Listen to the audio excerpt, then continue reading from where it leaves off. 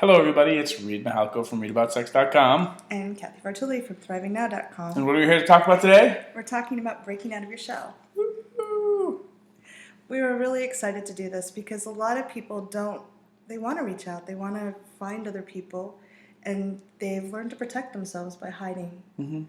And that shell that they've created prevents them from even knowing other people are there. Yeah, we build a wall to protect ourselves, and it's great because it keeps us safe, but it also keeps people out, it keeps everybody out.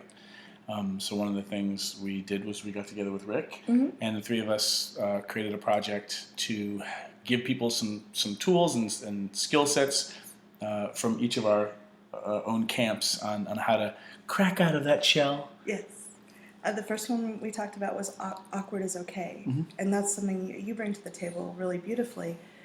A lot of people think that if you're awkward, there's something wrong. Yeah. No, and actually the really my personal take on it is the more comfortable you can be with the awkward, the easier life becomes, because awkward situations are going to occur. In my life, mostly I'm the one generating them.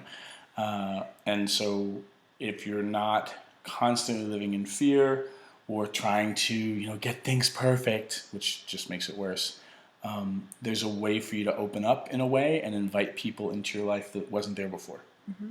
I always had the concept growing up that eventually I would evolve enough that I would never feel awkward again. When I finally had it right, I wouldn't feel awkward.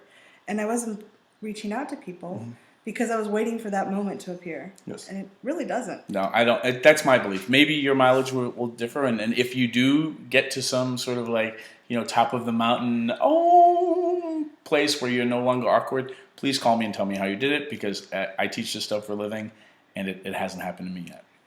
There's a difference if you have traumas and you're really genuinely terrified. That's different from feeling awkward. And there are programs and coaches that can help you pass the terror. But once you've kind of gotten to a place where you're ready to break out of your shell, it's great to know that everybody feels awkward, and that's actually a key to connect with people.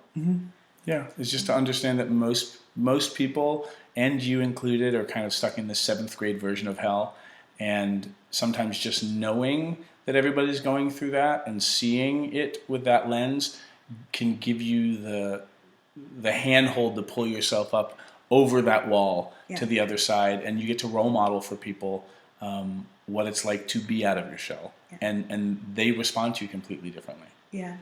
So, and we cover having a powerful no, setting boundaries. Yep. For people who don't know how to say no well, or can't trust that they can put the brakes on, it's really hard to open up and be a yes to anything in your life, because you're afraid that it's just going to kind of veer out of control. Yeah. It'd be like living in San Francisco with all those hills and knowing that your car has no brakes. You're not going to go out of the house. Why would you leave your house? It would be dangerous. Yeah.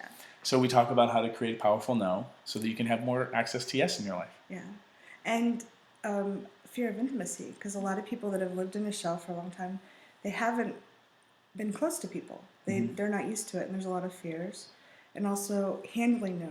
If someone says, a lot of people are afraid to go out because someone else might say no, and that could be really hurtful. Yeah. In the whole, fearing intimacy and how you can break that down into manageable chunks, and how you can kind of maybe not free yourself of the fear of it, but again, like almost with awkward, be more comfortable with that you sometimes get scared, and that doesn't have to stop you.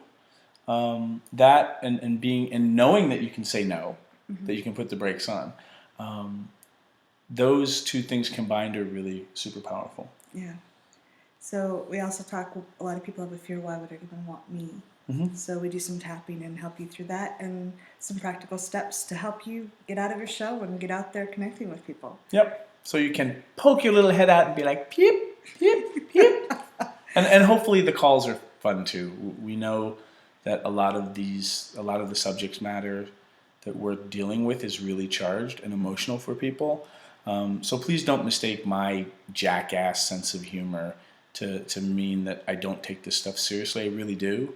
And we do try to inject a little bit of playfulness while we're handling, with respect, issues that are really loaded for people. And hopefully our sense of humor and our groundedness combined will give you some new perspectives on things and some new tools to try out.